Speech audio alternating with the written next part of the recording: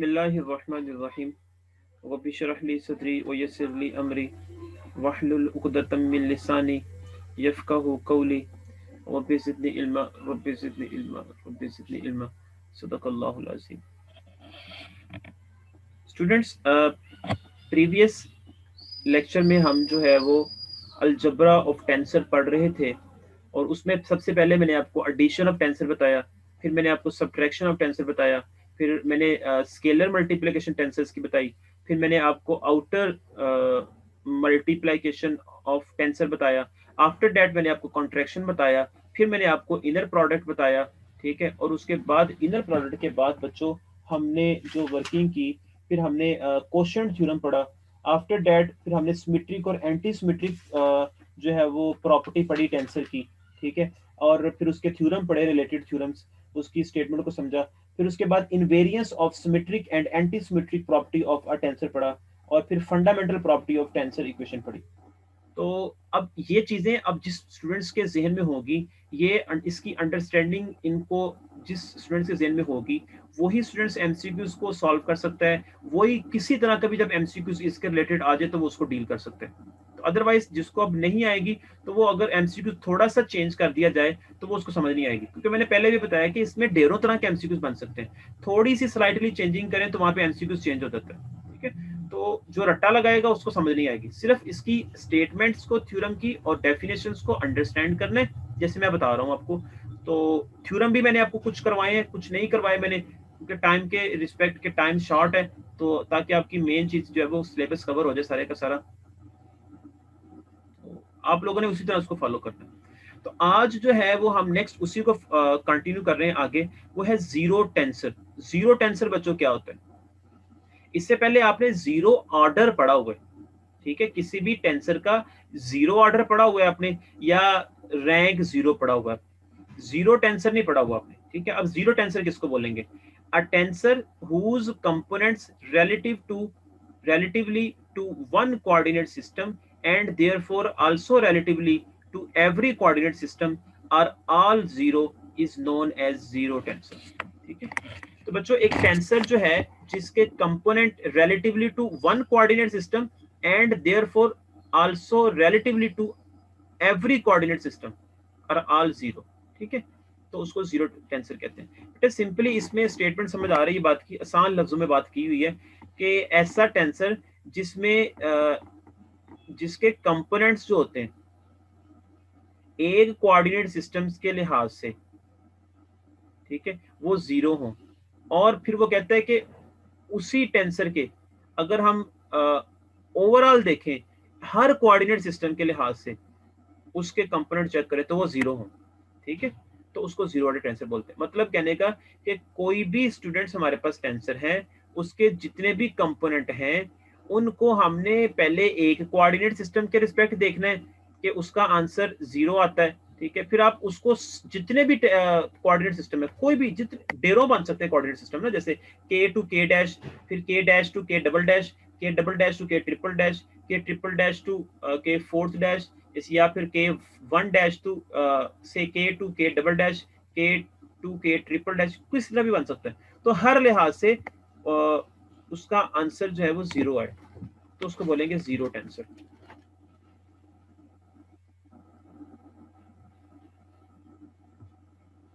ठीक है, तो उसको जीरो टेंसर बोलते हैं। अब इसी तरह से नेक्स्ट है आइसोट्रोपिक टेंसर किसे बोलते हैं? टेंसर, अब आइसोट्रोपिक वर्ड आपने पहले जिन बच्चों ने, स्टूडेंट्स ने केमिस्ट्री पढ़ी हुई है तो उनको आइसोट्रोपिक वर्ड का पता होगा कि आइसोट्रोपिक वर्ड का मीनिंग क्या होता है, क्योंकि केमिस्ट्री में आपने ये बात पढ़ी हुई थी।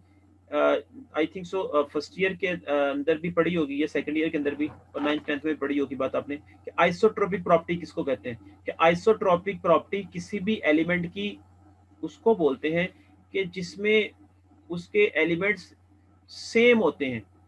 ठीक है, मतलब एक एलिमेंट के कुछ प्रॉपर्टीज और दूसरे एलिमेंट की कुछ प्रॉपर्टीज वो सेम हो, उसको आइसोट्रोपिक बोलते हैं। ठीक है, तो अब इसी तरह यहाँ पे है कि अगर मैथ के अंदर बात करें टेंसर के अंदर आइसोट्रोपिक टेंसर किसे बोलेंगे, तो हम बात करेंगे a tensor is said to be isotropic if its component remains same in all rectangular coordinate system under the orthogonal rotation of axis. मतलब कहने का कि ऑर्थोगोनल रोटेशन ऑफ एक्सिस के अंदर क्या था, ट्रांसफॉर्मेशन टी यूज होती थी ना। मतलब जो ट्रांसफॉर्मेशन टी अगर मैं किसी कंपोनेंट के ऊपर अप्लाई करूं एक कोऑर्डिनेट सिस्टम के अंदर, तो उसका आंसर वही आए कि अगर मैं उसी ट्रांसफॉर्मेशन को अप्लाई करूं किसी दूसरे कोऑर्डिनेट सिस्टम के अंदर। तो ऐसे टेंसर को हम जो है वो आइसोट्रोपिक टेंसर बोलते हैं। मिसाल के तौर पर जैसे बच्चों मैं ये कह रहा हूँ कि हमारे पास ये एक सिस्टम है के, ठीक है, एक के डैश है। अब मैं इस के वाले सिस्टम के अंदर जो कंपोनेंट्स आएंगे वो क्या आएंगे, मैं मिसाल दे रहा हूँ ए आई जे मैंने कह दिया ये कंपोनेंट है। तो इसके ऊपर जब मैं क्योंकि उसने कहा रोटेशनल ऑफ एक्सिस के ऊपर, मतलब जब मैं इसके ऊपर ट्रांसफॉर्मेशन अप्लाई करता हूँ तो इसका जो भी आंसर आएगा, जो भी इसका आंसर आएगा, जो भी इसका आंसर आएगा,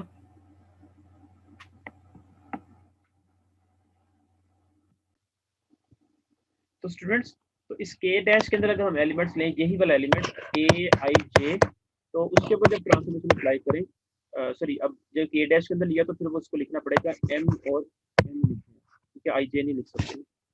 तो इस पे जब ट्रांसफॉर्मेशन अप्लाई करें तो इसका आंसर भी जो है वो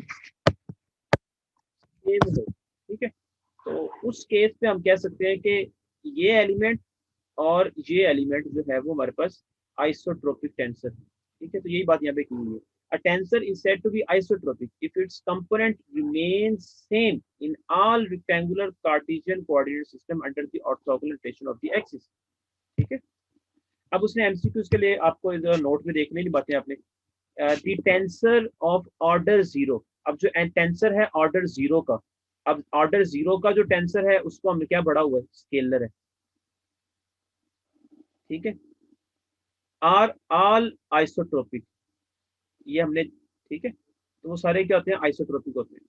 since there are no isotropic tensor of order one, तो दूसरे नंबर पे दूसरा पॉइंट, पहला नोट हो गया, दूसरा नोट है कि no isotropic tensor of order one, कोई भी आइसोट्रोपिक, अब देखो note that the tensor of order zero, जो जीरो ऑर्डर का टेंसर है ना वो आइसोट्रोपिक है, और जीरो ऑर्डर टेंसर होता है किसका है, स्केलर्स का होता है। Since there are no isotropic tensor of order one, ठीक है। और therefore we will discuss the isotropic tensor of second and third order which are of the particular importance in the tensor analysis, ठीक है। अब आगे के देखते हैं। अब पहला प्रूफ है, prove that the Kronecker delta is a isotropic tensor of order two. अब कैसे है इसका, तो वो प्रूफ दिया हुआ है यहाँ पे, मैं बता देता हूँ थोड़ा सा आपको बात की प्रूफ थी इसका, लेकिन आपने ध्यान में रखना है क्रोनोकर डेल्टा का आपको पता है कि ऑर्डर टू होता है या रैंक टू होता है, वो आईजे से पता चल जाता है आपको, और ये आइसोट्रोपिक भी होता है।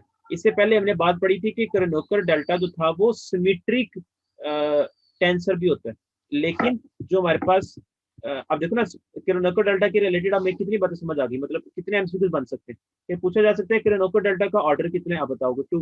पूछा जा सकता है जी क्रोनोकर डेल्टा का जो है वो क्या ये सिमेट्रिक टेंसर है, एंटी सिमेट्रिक टेंसर है, तो बोलोगे सिमेट्रिक टेंसर है।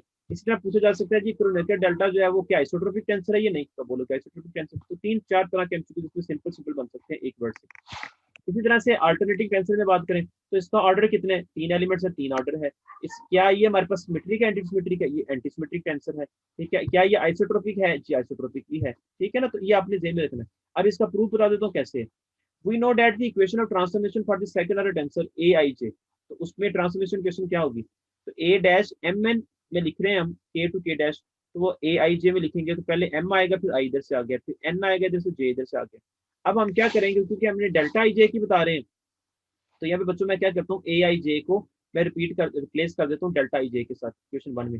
तो क्या होगा यहाँ पे, ए आई जे की जगह पे डेल्टा आई जे आ गया, ठीक है। तो अब बच्चों मुझे बताएं जरा कि ये आ गया, तो अब यहाँ पे इस आई जे इतने हिस्से पे आप प्रॉपर्टी यूज करें। अब देखो ना, अब जिसको रिजल्ट्स याद होंगे टेंसर के, थ्योरम नंबर 3 मैंने बताया था इसी चैप्टर के स्टार्ट में, तो हमने पढ़ा था कि अगर सॉरी वो थ्योरम 3 नहीं था, बल्कि ये थ्योरम 5 या 6 था आई थिंक सो, जिसमें हमने एल पढ़ा था। एल बेसिकली हमारे पास क्या होता है, एल हमारे पास बेसिकली डायरेक्शन को साइंस होते हैं ना। अब इसमें देखिए हमारे पास डिमी कितने आए हैं, एक डिमी आ गया जी वाला, और बाकी कितने फ्री कितने, दो हैं। तो हम इसको लिख सकते हैं एल और साथ फ्री लिख देंगे एन और आई, ठीक है। और यही बात उसने लिख दी, इन दोनों को मिला के उसने जो है वो ये लिख दिया एन आई। अब इन दोनों पे जब इकट्ठा करेंगे अप्लाई, तो वो हमारे पास ये भी हमने थ्योरम पढ़ा हुआ है, तो उसमें जो डिमी है वो छोड़ देंगे, तो वो डेल्टा के इक्वल आ जाएगा एम और एन के। ठीक है। अब इसी तरह से ये तो मैंने बात बता दी शायद तो 5 या 6 थ्योरम है, लेकिन इससे पहले आपने एक थर्ड थ्योरम भी पढ़ा होगा। ठीक है।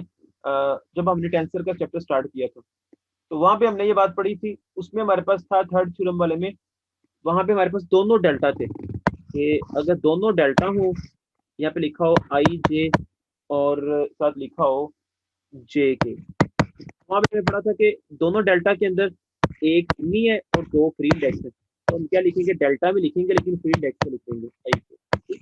तो ये एल में था और ये हमारे पास इसमें है। तो ये बातें बेटा आपको अब जारी बात है कि जब तक प्रैक्टिस नहीं आप करेंगे, कॉपी पे बार बार नहीं लिखेंगे और इसको बार बार नहीं सुनेंगे समझेंगे, तो उस वक्त तक ये बातें याद नहीं होंगी, और पेपर में एमसीक्यू इसी तरह के बनने हैं छोटे छोटे। ठीक है।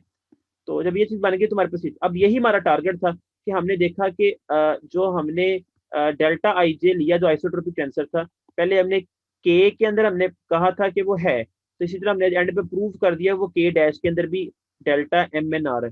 ठीक है। तो यही मैंने बात प्रूव करनी थी, तो वो हमारे पास क्या बन गया, आइसोट्रोपिक टेंसर है, क्योंकि के में उसका ऑर्डर कितना था, 2 था, और के डैश में भी उसका ऑर्डर 2 है। ठीक है। तो इस तरह ही प्रूव कर सकते हैं।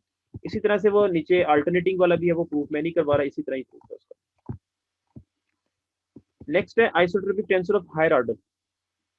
तो सिमिलरली अब 3 तक हो गया ना, similarly it can be prove that any fourth order isotropic tensor, अब फोर्थ ऑर्डर जो आइसोट्रोपिक टेंसर है विद कंपोनेंट, उसके कंपोनेंट क्या होंगे, आई जे के एल। ठीक है। Can be expressed as a sum of the product of delta tensor in the form.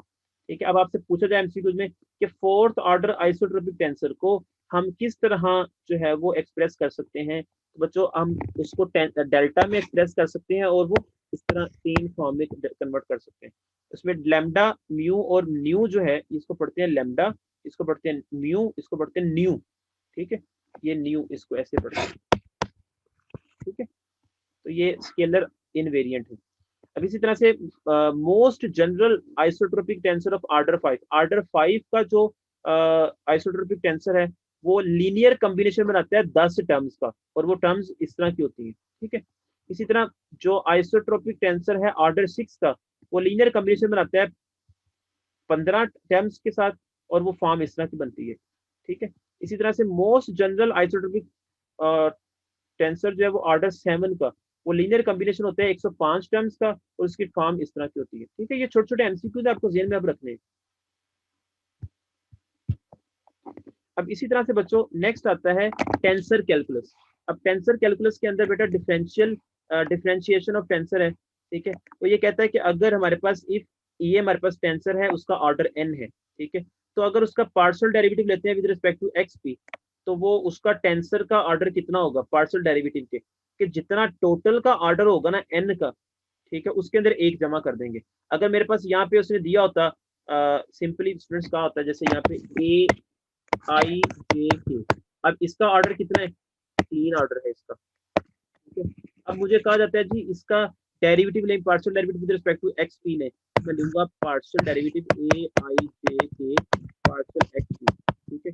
तो इसका अब वो कह रहा है कि इसके जो पार्शियल डेरिवेटिव से जो आंसर आएगा वो किस तरह का है, वो कुछ ना कुछ आंसर आएगा, तो उस आंसर का टेंसर का ऑर्डर कितना होगा, तो वो क्या होगा, हमने फॉर्मूला पढ़ा है कि जितना उसका ऑर्डर होगा उसके अंदर एक जमा कर देंगे, तो आ जाएगा 3 और 1 4, तो उसके डेरिवेटिव का जो ऑर्डर होगा पार्शियल डेरिवेटिव का 4 ऑर्डर होगा। ठीक है। तो इसी तरह आपने ये स्टेटमेंट को ध्यान में रखना है। ठीक है ना, ये सिंपल स्टेटमेंट को ध्यान में रखना है। बाकी अभी इसका प्रूफ कैसे बनता है ये 4 ऑर्डर, ये आपको मैं भी नहीं जा रहा, वो एक लंबी डिस्कशन है, जो छोटे छोटे प्रूफ है मैंने आपको बता दिए, अपने इसको एमसीक्यू पॉइंट ऑफ व्यू के लिए ध्यान में रखना है। इसी तरह से इंटीग्रेशन है, उसको भी आपने जो है वो डील करना है। नेक्स्ट आता है बच्चों application of vector analysis. Application of vector analysis के अंदर अब ए और बी हमारे पास दो वेक्टर्स हैं, कंपोनेंट है A1 A2 और A3, और B1 B2 B3 respectively components है। तो उसका डॉट प्रोडक्ट क्या होगा, ए डॉट बी क्या होगा, पहला वाला कंपोनेंट पहले वाले से multiply A1 into B1 plus A2 into B2 plus A3 into B3, तो वो इन होल टेंसर में लिखेंगे तो वो AI BI आ जाएगा। ठीक है। अब इसको इसका थ्योरम क्या है, prove that if AI and BJ are the component of first of two first order tensor, इसका भी फर्स्ट ऑर्डर टेंसर, इसका भी फर्स्ट ऑर्डर टेंसर है, किस किस के रिस्पेक्ट, ए और बी के रिस्पेक्ट। तो हम कह सकते हैं जो प्रोडक्ट होगा ना उसका ऑर्डर जो होगा ना वो जीरो होगा, कि उसका प्रोडक्ट क्या होगा, जीरो होगा। और जीरो कैसे बनेगा, अब ये ध्यान में रख लें कि इसका ऑर्डर वन है, इसका ऑर्डर वन है, ठीक है। तो इसको अब जस्ट समझना है कि इनर प्रोडक्ट की तरह समझना है आपने, क्योंकि यहाँ पे प्रोडक्ट मल्टीप्लिकेशन हो रही है ना। और इनर प्रोडक्ट में आपने बात क्या पड़ी हुई है कि जितना ऑर्डर इसका होता है और जितना ऑर्डर इसका होता है उन दोनों को जमा करते हैं कि इसका ऑर्डर कितना था और इसका ऑर्डर कितना था। इसका ऑर्डर था या रैंक था वन, इसका ऑर्डर या रैंक था वन, ठीक है। अब दोनों को ऐड कर लिया प्रोडक्ट में तो कितना बन गया, टू। और टू में से माइनस फार्मूले का टू करना है तो आंसर क्या आ जाएगा, जीरो। तो जीरो ऑर्डर उसका रैंक आ जाएगा एज अ होल, ठीक है जी स्टूडेंट्स। नेक्स्ट है बच्चों क्रॉस प्रोडक्ट। ये उसने वैसे उसकी कैलकुलेशन की हुई है समझाने के लिए। ये इसका आगे उसने थ्योरम की लिखी स्टेटमेंट, थ्योरम की स्टेटमेंट आपने देख लेनी है कि वो कहता है कि A cross B that is this transform as the component of vector under rotation of the axis coordinate, rotation of the coordinate axis. तो क्रॉस प्रोडक्ट जो होते हैं ना वो इनवेरिएंट होते हैं under the rotation of coordinate axis, ये बात याद रखनी है। तो क्रॉस प्रोडक्ट जो होते हैं ना वो इनवेरिएंट होता है under the rotation of coordinate axis, ये बेटा बात ध्यान में रखनी है। नेक्स्ट है बच्चों स्केलर ट्रिपल प्रोडक्ट है, इसको आप छोड़ दे भी फिलहाल, वो ज्यादा लेंथी है। डेल्टा ऑपरेटर भी इसी तरह ही है कि वो भी डेल्टा ऑपरेटर में वही बात कर रहा है कि डेल्टा ऑपरेटर जो है ना वो इनवेरिएंट है under the rotation of coordinate axis. Cross product भी है और डेल्टा ऑपरेटर भी है, ठीक है। एमसीक्यू पॉइंट ऑफ व्यू के लिए आपसे देखना है इसको। आगे ग्रेडियंट लिखा हुआ है, पहले उसने कैलकुलेशन सिंपल की है, अब इसका थ्योरम उसने लिखा हुआ है। ये भी थ्योरम ध्यान में रखना है आपने। इफ फाई हमारे पास स्केलर पॉइंट फंक्शन है, तो अगर फाई स्केलर पॉइंट फंक्शन का हम अगर डेरिवेटिव लें, partial derivative with respect to X I, तो उसका ऑर्डर कितना होगा, फर्स्ट ऑर्डर होगा। और फर्स्ट ऑर्डर जो टेंसर होता है उसको क्या बोलते हैं, वेक्टर बोलते हैं। याद रखनी बात है कि स्केलर पॉइंट फंक्शन अगर हम लें और उसका हम पार्शियल डेरिवेटिव लें with respect to X I, तो वो फर्स्ट ऑर्डर टेंसर होगा और फर्स्ट ऑर्डर टेंसर को हम वेक्टर बोलते हैं। भी इंपॉर्टेंट है ध्यान रखनी। इसी तरह से बच्चों जो है वो nabla phi is an invariant under the rotation of coordinate axis. Nabla phi भी ऐसे ही है, क्रॉस प्रोडक्ट भी जो है वो इनवेरिएंट है with respect to rotation of axis. और इसी तरह से जो है वो डेल्टा भी था, वो भी ऐसे ध्यान रखना। आगे डाइवर्जेंस है। अब डाइवर्जेंस में देखना है prove that if a i are the component of first order tensor, अगर a i first order tensor है, component a i are the component of the first order tensor that is a vector, then ये partial derivative में x j के respect, तो वो second order tensor होगा। तो वो क्या टेंसर होगा, जब हम देखें बात करें कि A I is the component of first order tensor का कंपोनेंट हो और उसका पार्शियल डेरिवेटिव लें, तो बेटा फर्स्ट ऑर्डर टेंसर का पार्शियल डेरिवेटिव लें तो वो आंसर हमारे पास क्या आता है, सेकंड ऑर्डर रहेगा। और वो हमारे पास नेबुला डॉट ए जो है वो स्केलर क्वांटिटी होगी, ध्यान में रखने का। इसी तरह से नेबुला डॉट ए जो है वो इनवेरिएंट है under the rotation of axis. Curl है, curl cross A is a vector quantity, आपको पता है बात। इसी तरह nabla cross A is an invariant vector field under the rotation of axis, ये भी ध्यान में रखनी बात ऐसे ही आपने, ठीक है। आगे उसने कुछ प्रूफ दिए हुए, proof the following formula using formulas using the tensor method. तो ये कुछ बेसिक ना रिजल्ट्स हैं, ये आपने याद रखने हैं कि यहाँ पे जैसे नेबुला को मल्टीप्लाई करते हैं फाई और साई, फाई और साई यहाँ पे स्केलर है, तो वहां पे क्या होता है, एक बार इस पे प्रोडक्ट रूल लगेगा। पहले फाई वैसे ही नेबुला के साथ साई आ गया, फिर साई वैसे ही नेबुला के साथ फाई आ गया, इससे प्रोडक्ट रूल लगता है डेरिवेटिव के अंदर। इसी तरह से यहाँ पे है कि पहले फाई बाहर आ गया, नेबुला के साथ ए प्लस, फिर नेबुला के साथ फाई और ए ऐसे बाद में आ गया। इसी तरह क्रॉस प्रोडक्ट है, पहले फाई ऐसे बाय क्रॉस ए के साथ, फिर प्लस, फिर एक बार फाई के साथ, फिर क्रॉस ए के साथ। इसी तरह ये है, ठीक है। ये आपने जेन में रखने हैं सारी छोटी छोटी बातें। ये रिजल्ट्स बड़े इंपॉर्टेंट है। Nebula dot into nebula cross ए, आंसर क्या आता है, जीरो। इसको प्रूव करके देखें, ये आपने वेक्टर एनालिसिस के अंदर भी बात पड़ी हुई है, ये भी प्रूव करके देखें तो ये भी समझ आ जाए कि आपको जीरो की कैसे बनती है, ठीक है। ये बहुत इंपॉर्टेंट रिजल्ट्स है, ये आपने जेन में रखने हैं, ठीक है। आगे उसने इन्हीं रिजल्ट्स को जो है ना स्टूडेंट्स प्रूव किया हुआ है। आगे इंटीग्रेशन इंटेग्रल थ्योरम्स इन टेंसर फॉर्म, इसमें गास डिवर्जेंस थ्योरम जो हमने पढ़ा था, अब उसको वो टेंसर फॉर्म में लेके जा रहा है, ठीक है। तो अब यहाँ तक ही कर लें, ये आपके लिए इनफ है और चैप्टर हमारा तकरीबन वाइंड अप हो चुके हैं, ठीक है। ये देखें, वो आप आगे वाला बेसिकली आता है आइगन वैल्यूज, बता देता हूँ थोड़ा सा। ये आप छोड़ दें, आप डाइवर्जेंस वाले चीजें ये, ठीक है। अब eigen values and eigen vectors of the second order tensor, eigen values, ये आइगन वैल्यूज और आइगन वेक्टर ये सिमिलरली वैसे ही है जैसे आपने मैथमेटिकल मेथड में चैप्टर नंबर 7 पढ़ा, ठीक है। लेकिन यहाँ पे क्या है, यहाँ पे सिर्फ वो टेंसर की फॉर्म में लिखी होगी बस। जैसे लिखा है the eigen values of the second order tensor A I J are the independent of the coordinate axis. ये इंपॉर्टेंट एमसीक्यू बन सकता है। अभी मैं क्योंकि प्रूफ में जाऊंगा तो बहुत लंबी बात हो जाएगी, अभी सिर्फ मैं आपको स्टेटमेंट बता रहा हूँ, आपने इसी रिस्पेक्ट इसको ध्यान में रखना है जो आपके लिए इंपॉर्टेंट होगी फिर, ठीक है।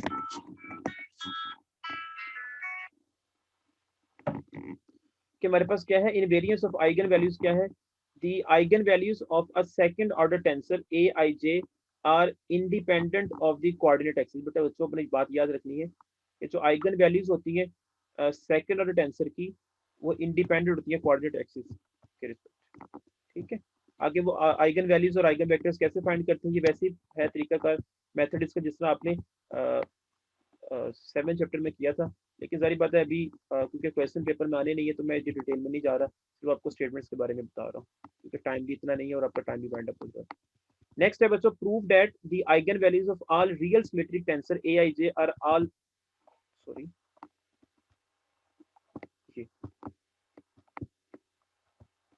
prove that the eigenvalues of all of a real symmetric tensor aij are all real। ये भी बात याद रखनी है कि जो आइगन वैल्यूज होती है ना रियल सिमेट्रिक टेंसर के लिहाज से वो सारी रियल होती है।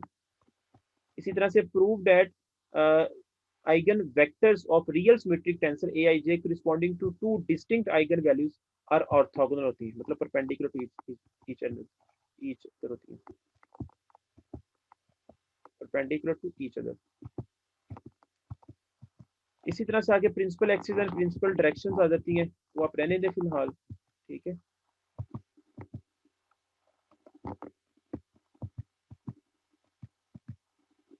नेक्स्ट है बच्चों, तकरीबन यहीं तक आपने वर्किंग कर लेनी है और आगे कुछ जो है वो प्रॉब्लम्स हैं, ये मैंने पहले भी आपको बताए थे, ये एमसीक्यूज प्रॉब्लम है छोटे छोटे जो एमसीक्यूज में आ सकते हैं आपके, ठीक है। ये तकरीबन आपने जो छोटे छोटे क्वेश्चन है ना, जैसे यहाँ तक ये क्वेश्चन नंबर 9 तक ये क्वेश्चन आपने देखने हैं, ये पेपर में एमसीक्यूज बन सकते हैं किस तरीके से, या कि अब रहने दें ये वाले, ठीक है। 9 तक देखने के बाद अपने स्टूडेंट्स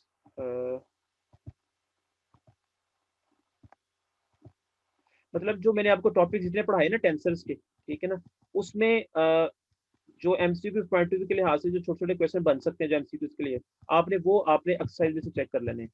इसी तरह से अगर आप देखें तो आपके जो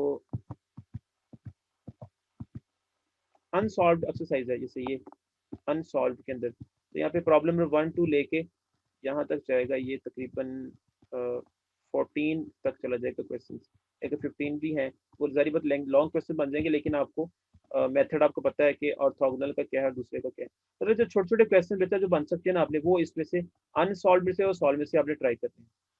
तो आपको जहाँ पे भी कोई मसला है तो बेटा आप मुझसे पूछ सकते हैं कि सर ये क्वेश्चन सॉल्व नहीं हो सकता, लेकिन पेपर से पहले पहले। तो उम्मीद है कि बच्चों आपको ये सारा चैप्टर समझ आ गया होगा। कुछ थ्योरम्स जो है वो करवाने चाहिए थे लेकिन मैं वो नहीं करवा रहा इस वजह से, एक तो टाइम नहीं है हमारे पास, लेक्चर्स भी खत्म हो रहे हैं और और पेपर भी आपके तकरीबन आ चुके हैं। तो आपने आपने क्या करना है सिंपली स्टूडेंट्स, बाकी सारा कुछ जो है वो जिस तरह मैंने आपको बताया है, पेपर क्योंकि एमसीक्यूज के तौर पर आना है आपके पास, तो आपने उसी रिस्पेक्ट आपने इसको तैयार करना है, ठीक है। आपके पास जो वेक्टर का पोर्शन था, सिंपली वेक्टर जो आपने पढ़ा है कर्विलिनियर कोऑर्डिनेट सिस्टम वाला, फिर लाइन सरफेस वॉल्यूम इंटीग्रल, ठीक है, उसका चैप्टर जो है वो उसको भी एमसीक्यूज पॉइंट ऑफ व्यू से देखना है, तो जो मैंने टेंसर बताया इसको भी देखना है। 50% पेपर स्टूडेंट्स टेंसर वाले चैप्टर में से आना है, 50% पेपर जो है वो उन 2 चैप्टर में से आना है। इस वजह से टेंसर को भी अच्छे तरीके से करना है और उनको भी अच्छे तरीके से करना है, ठीक है। तो उम्मीद है कि स्टूडेंट्स आपको ये सारा कुछ समझ आ गया होगा। If you have any question students then write in comment box और in WhatsApp group. Take care, अल्लाह हाफिज।